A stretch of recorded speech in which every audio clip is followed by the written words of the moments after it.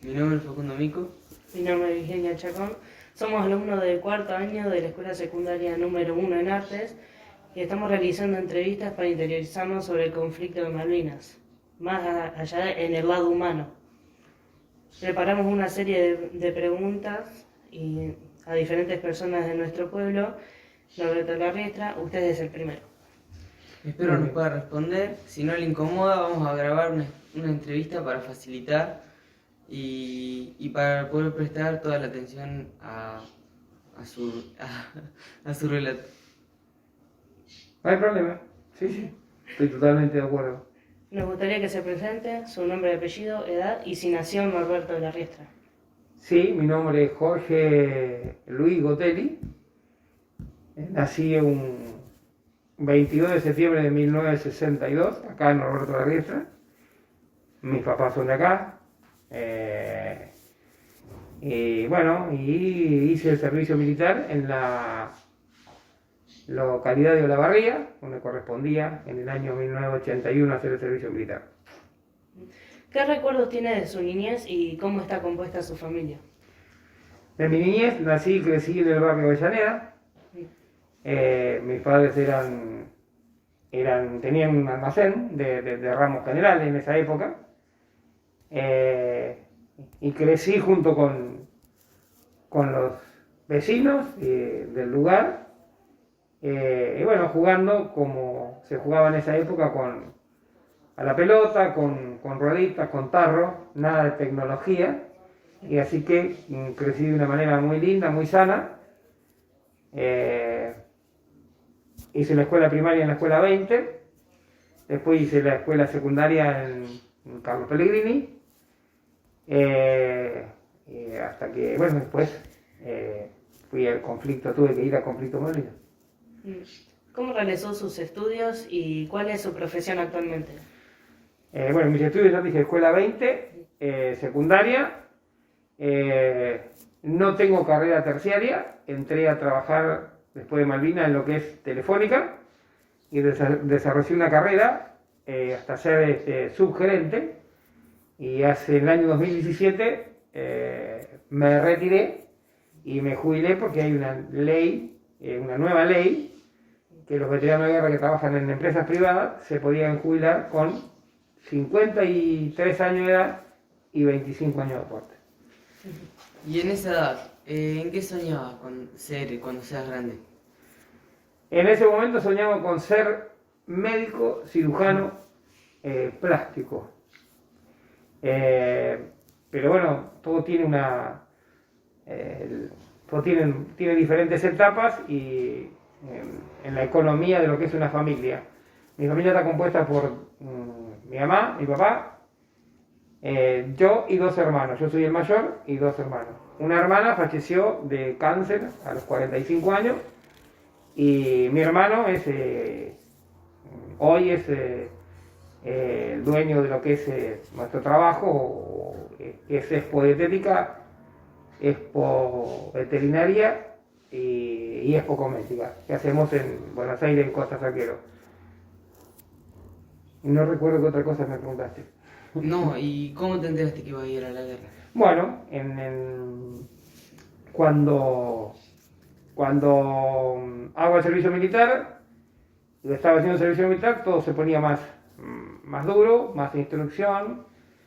Nosotros opinamos que podía ser Chile, inclusive mis viejos viajaron a verme a Olavarría, el momento que yo estaba en Loma Negra, haciendo instrucción de combate. Y bueno, para mí era que algo se veía venir, pero creí que era Chile. Hasta que un día me llamaron y dijeron, no, es Malvinas, y puede ser Malvinas. Todo quedó así, se toma el 2 de abril, se toma la isla, y al otro día, el 4 del 5, el teniente me dice, tenés que ir a tu casa, te vamos a dar permiso de que vayas a tu casa y le diga a tu viejo, o no, o que vayas a saludar a tu viejo porque volás a Malvinas. Así que de esa manera vine y hablé con ellos y a mi mamá no tanto, sino que con mi viejo para decirle que iba a Malvinas, que como conté hoy anteriormente, que había decidido ir a las islas a pelear, a recuperar lo que era nuestro. ¿Y cómo lo tomó tu familia o amigos? No, mi mamá mal. Mi mamá, desde el momento que yo partí, es decir, perdió el pelo, hoy usa peluca. El estrés le jugó una mala pasada, tiene 5 stents. Mi papá, como varón, tomó todo por dentro, pero me imagino que no le habrá caído nada bien, pero sí me ayudó a definir. O te hacías desertor o cumplías lo que había jurado el 20 de junio, defender a la patria, y bueno, me dijo, la decisión que tomes, yo te apoyo en eso, y bueno, yo decidí ir a Malvinas, es decir, aparte no había mucho que elegir, o iba, porque después es un régimen militar, y no se sabía cuánto tiempo más. Si yo sabía que en el año 83 había democracia, me hacía desertor. Era así, porque sabía, estando dentro de la fuerza, sabía con qué íbamos, con qué armamento íbamos, que era un desastre. Nos gustaría escuchar su relato, lo que recuerde del instante en que se va de su hogar rumbo a la guerra y cómo fue el regreso. Bueno, para irme, yo estaba en Olavarría, se hace un tren, que es la foto que se ve del tren, hace un tren donde sube todo el regimiento, va a Carmen de Patagonia, Río Negro, y de Carmen de Patagonia hay 1000 soldados acantonados, pero hay 3 solamente que viajan a Comodoro Rivadavia para irse a Malvinas. Entre esos 3 hay un soldado Marcos de Tandil, yo y un cabo primero. Los 3 éramos apuntadores y disparadores de misil. Entonces, esos 3 pasan a Comodoro Rivadavia, y de ahí, de Comodoro Rivadavia, a los 48 horas, porque en las primeras 24 volamos, pero el timón del avión no funcionaba y regresamos. Y al otro día salimos y bueno, volando sobre el nivel del mar para que no te capten los aviones, aterrizando en forma rápida, girando y largándote de arriba del avión, porque también los ingleses atacaban en ese momento Puerto Argentino, así que quedamos en Malvinas y el día 10 de junio me tomaron prisionero. Y después el 19 de junio regresé con el Canberra a Palomar, a Puerto Madryn, que ahí hay una anécdota que yo cuento siempre, que el inglés, recuerdo que el apellido era Seigo, me parece que le decían Seigo o algo así, y yo le preguntaba el horario de arribo, en mi inglés trucho que tenía, entonces decía to arrive y le mostraba el reloj. Y él, en un momento dado, me dijo que 3 off the clock, no sé cómo me decía, que a las 3 de la tarde, y entonces me decía por tu madre. Y yo lo puteaba, porque decía, este me está puteando, y yo lo puteaba. Por mi madre yo lo puteaba, pero lo rejaba puteada. Sí. Y después nos dimos cuenta que me estaba diciendo que arribábamos a las 3 de la tarde a Puerto Madryn. Entonces ubicamos un puerto que se asemejara a lo que es Puerto Madre, ir a Puerto Madryn. Entonces le dije Puerto Madryn, sí, bueno, entonces ahí entendí que a las 3 de la tarde, después cuando llegamos a Trelew, fue el día a Puerto Madryn, fue el día que Puerto Madryn se quedó sin pan. Es decir, toda la gente salieron a comprar pan para darnos pan porque yo había ido por ejemplo, con 75 kilos y volví con 60. Y entonces de Puerto Madryn a Trelew, y de Trelew, avión, sin asiento, sin nada, todos metiditos uno dentro de otro, así sentaditos, con las piernitas abiertas, y aterrizó en Palomar el día, creo que 18, 19 en Comés, ahí en Palomar, y el 23 llegué acá, llegué a 25 de mayo. Pero en ese momento, es decir, cuando yo llego a Olavarría, que es mi regimiento, desde Palomar voy a Olavarría, en ese momento de Olavarría, cuando llego, mis compañeros me dicen, ojo con lo que vas a hacer porque estás muerto.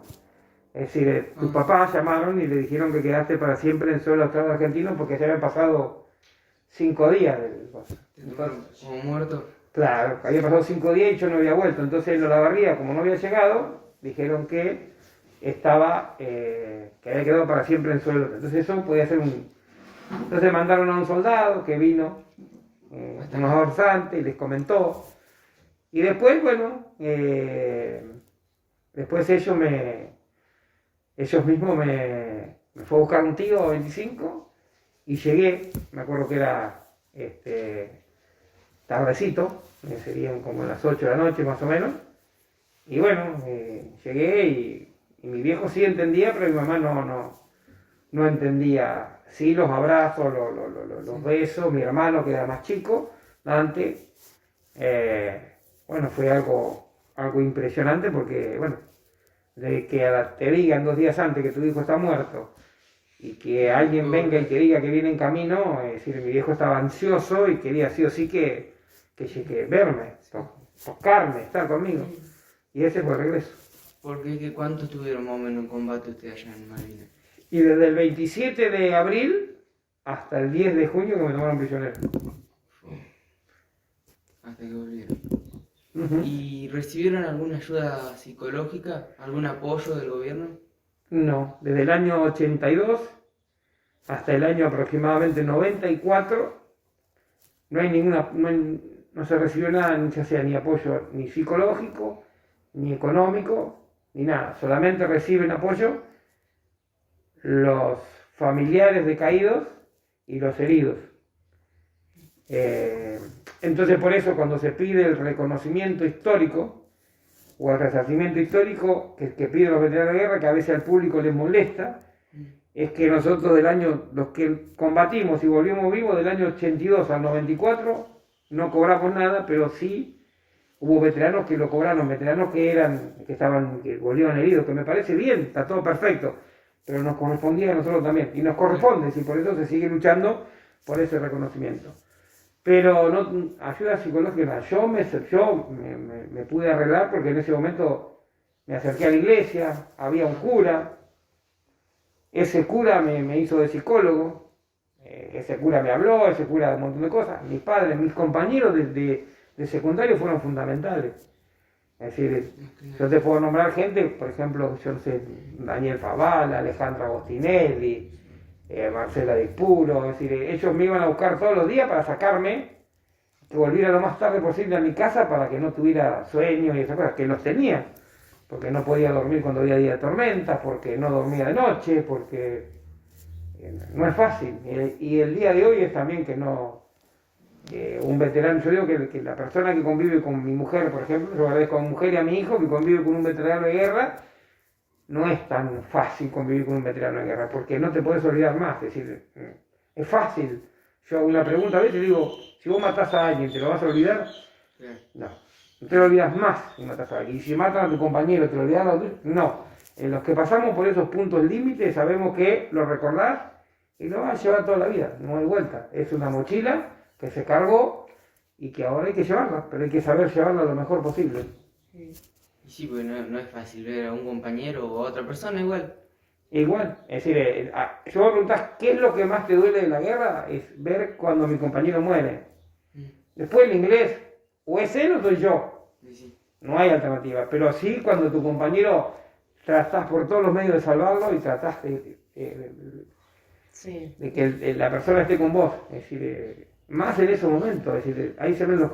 Creo que yo tengo hoy amigos de la guerra y es muy difícil ser amigo en un momento de eso de punto límite, es muy difícil, porque vos tenés vos sos la espalda, los ojos del otro y el otro tus ojos y es muy interesante, muy bueno. Aparte ahí se crea un vínculo humano entre un grupo de gente, principalmente los comandos, que son uno para el otro y no hay vuelta de hoja. Ahí es así, es un grupo compacto que no se va a quebrar bajo ningún punto de vista y que está para salvarte la vida y para pelear y para lograr el objetivo que se tiene que lograr en guerra. Le confía a tu espalda y él confía en Por vos. supuesto, es así. Sí, una cosa es matar al otro. Claro, una cosa es que es matarlo o que te maten. Y otra No cosa es tenés ver a tu amigo alternativa. morir. Y cuando pudieron volver, los que volvieron, ¿cómo los recibió la sociedad? No, es decir, en realidad, el día que llegamos a Puerto Madryn, después la sociedad se olvidó. Es decir, pero no la sociedad, sino también que los gobiernos de turno se olvidaron de que existíamos. Es decir, y aparte, la parte empresarial, vos ibas a pedir trabajo y no tenías trabajo, o vos ya tenías 18, ya arrancabas una vida que ya te ibas a casar, que ibas a tener tus hijos. Y cuando vos ibas a un lugar tenías que mentir, no tenías que decir que era veterano de guerra, porque en realidad son los locos de la guerra, no te querían dar laburo. Ah, Entonces hubo 10, 15 años donde no nos querían dar laburo, no nos querían dar... Después nos empezaron a reconocer, y por ejemplo a mí, en el año 94 arranca Telefónica, cuando es Telefónica en el 90, en el 94 arranca Telefónica por nosotros, pidiéndole a reconocernos como veteranos de guerra, a darnos nuestro lugar, a darnos esto, a darnos permiso para ir a las Olimpiadas, a cuidarnos, a hacernos todos los años un homenaje o entregarte una medalla, pero se tardó muchos años en eso, y en ese trajín de los años murieron más cantidad de soldados, murieron 1000 y pico soldados, 1000 y pico veteranos de guerra murieron por el abandono, porque no se los trató psicológicamente, no se los trató, no tuvieron obra social, tenían que ir a un hospital común. Y no es porque sea un hospital común, son otro tipo de tratamiento. Para un veterano de guerra tiene otro tipo de tratamiento. No es el de una persona común. Y después de vivir todo lo que nos relató, ya nos contó un poco, pero más a fondo quisiera, ¿cómo vivió otra vez el estar en casa y si sintiste miedo? Vos me decís el vivir cotidianamente, si Sí. tengo miedo ahora, Sí. o si tuve miedo en Malvinas. No, en la vuelta a casa, ¿cómo te sentiste? No, al volver a casa me sentí, es decir, totalmente, en mi caso, totalmente contenido por mi familia y mis compañeros de la secundaria. Totalmente contenido. Miedo siempre. Ya sea acá o en la guerra. El que te dice que en la guerra o acá no tiene miedo, es mentira. El miedo existe. Lo importante es poder superarlo. Es lo mismo que el que te dice el pánico. Sí, existe. Lo importante es superarlo. Todos hemos tenido momentos de pánico, momentos de miedo, pero lo importante es superarlo. Y a pesar de todo el apoyo de la familia, o sea, ¿te quedaron como secuelas en el momento que volviste? ¿En los Sí. primeros meses? Sí, es decir, no podía dormir si mi mamá tenía que tapar todas las ventanas. Es decir, el refusido, que es lo que hace la bomba, para mí era el refusivo de la tormenta, no me dejaba dormir. El trueno no me dejaba dormir. Es decir, saltaba en la cama. Y después dormía cada 2 horas o menos. Así hasta que fui sumando horas, porque como vos, estando en guerra, prácticamente no dormís. Entonces, es decir, era muy poquito lo que dormía. Eso lo tuve por mucho tiempo, varios años.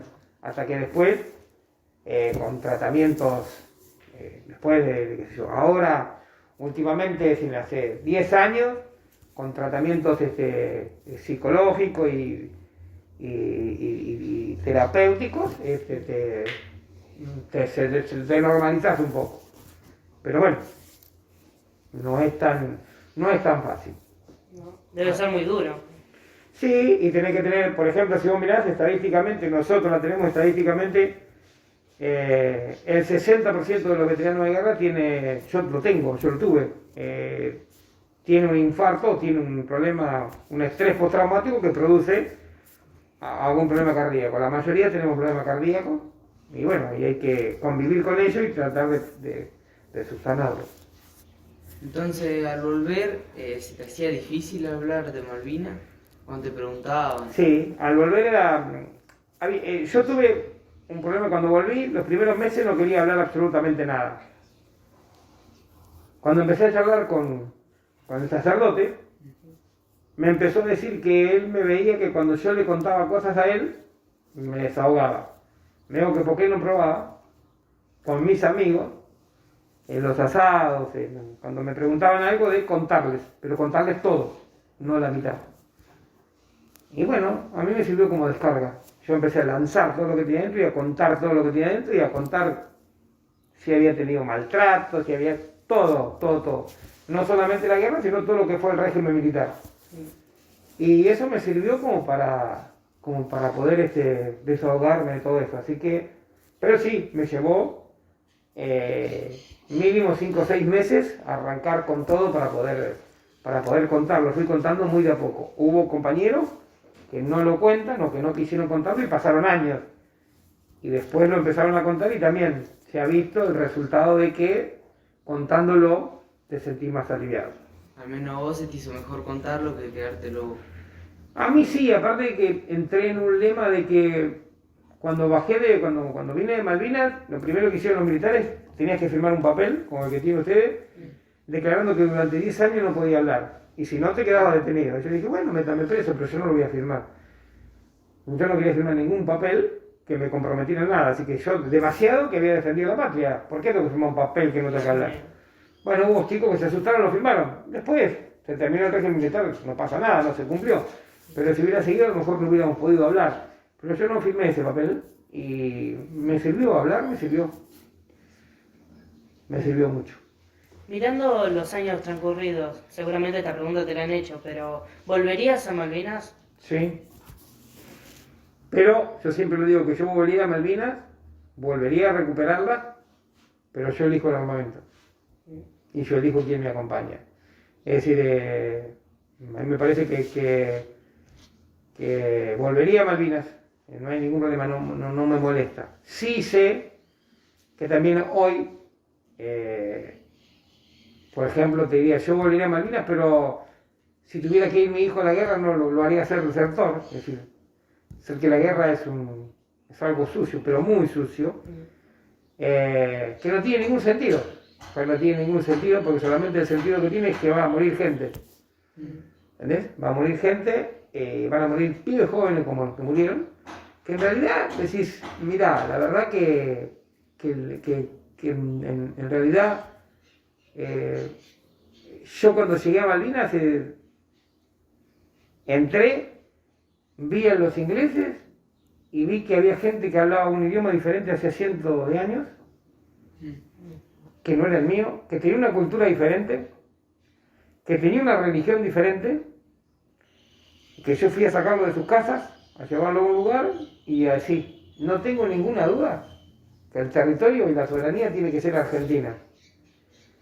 Pero esa gente es como que mañana, no sé, yo venga a tu casa, entre, Claro. me siente en el living de tu casa, te cambie el televisor y te diga que a partir de ahora vos tenés que hacer lo que yo digo y en realidad hacía 150 años que estaba. Es indiscutible que son argentinas, pero lamentablemente creo que había, diplomáticamente antes de esos 150 años se tenían que haber acordado de las islas y ir tratándola de recuperarla de esa manera. Lamentablemente es un punto estratégico y yo creo que espero que ustedes lo puedan ver, o los hijos de ustedes, que la soberanía sea argentina. Pero es un punto tan estratégico que nadie lo dice, y si ustedes miran América, todo lo que es América, tenemos un canal que se llama Canal de Panamá que une los dos océanos, ¿ok? Y el otro paso, ¿cuál es? El Estrecho de Magallanes. Entonces, como es el Estrecho de Magallanes, las islas es un punto estratégico de Antártida, Estrecho de Magallanes, paso entre el Pacífico y el Atlántico, y eso va a ser muy difícil recuperar. Porque hay muchos intereses creados por eso, pero no solamente por Inglaterra. Nosotros no peleamos solamente con Inglaterra, peleamos en ese momento con la OTAN, peleamos con los mejores países del mundo. Y en ningún momento, te digo más, peleamos con todos ellos y quizás las cosas hubieran sido diferentes, pero la guerra, ellos lo dicen en sus libros y en sus comentarios, ellos ganan la guerra con el último aliento, porque nos equivocamos nosotros, es decir, nosotros no teníamos nada y nos entregamos prisioneros, y ellos venían a entregarse prisioneros. Moore dice que venía a entregarse prisioneros, pero bueno, son episodios, cosas que quizás en ese momento y después a los 2 meses tenés todo submarino, esto, aquello, donde hay más muertos todavía. Nosotros lo que queríamos es que se terminara, no queríamos estar más ahí. ¿Y ahora cuál es tu sentimiento al hablar de Malvinas con nosotros los adolescentes? No, el sentimiento es que, no sentimiento, lo que nosotros hacemos, la mayoría de lo que hacemos es que, viste que se escribe en libro, que se hizo una guerra, que decían los chicos la guerra la pelota, yo no fui ningún chico cuando fui a la guerra, es decir, yo cuando fui a la guerra tenía 18 años y peleé como un hombre. Entonces si vos después me querés hacer ver que los chicos me hicieron que los milicos me hicieron quedar como un chico, no, Yo tiré, peleé y era un hombre, te gusta tú, era un hombre de 18 años. Entonces nos molestó que dijeran. Nos molestó que mostraran esos cohetes que tiraron, porque en realidad en los chicos de la guerra o iluminados por el fuego es cohete, no es lo que pasó en Malvinas.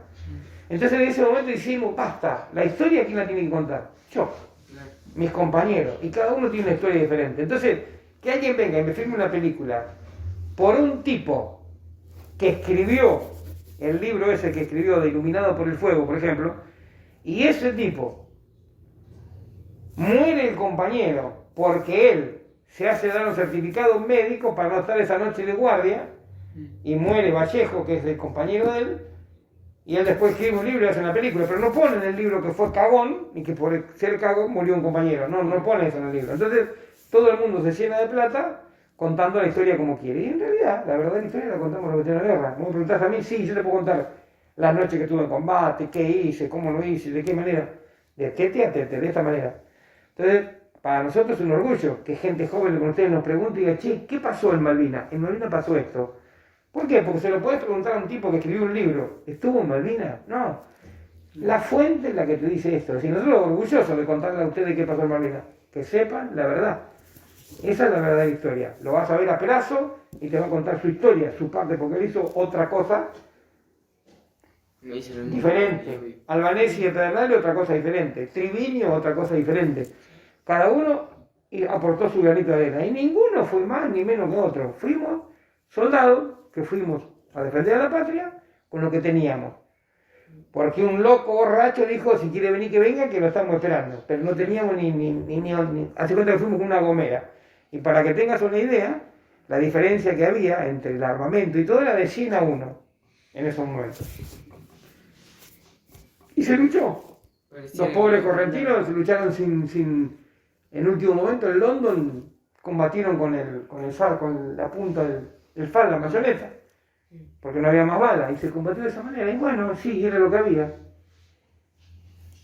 No quedaba otra cosa. Después cuando nos dicen, no, porque ustedes pasaron hambre, y yo les hago una pregunta, ¿en qué guerra no se pasa hambre?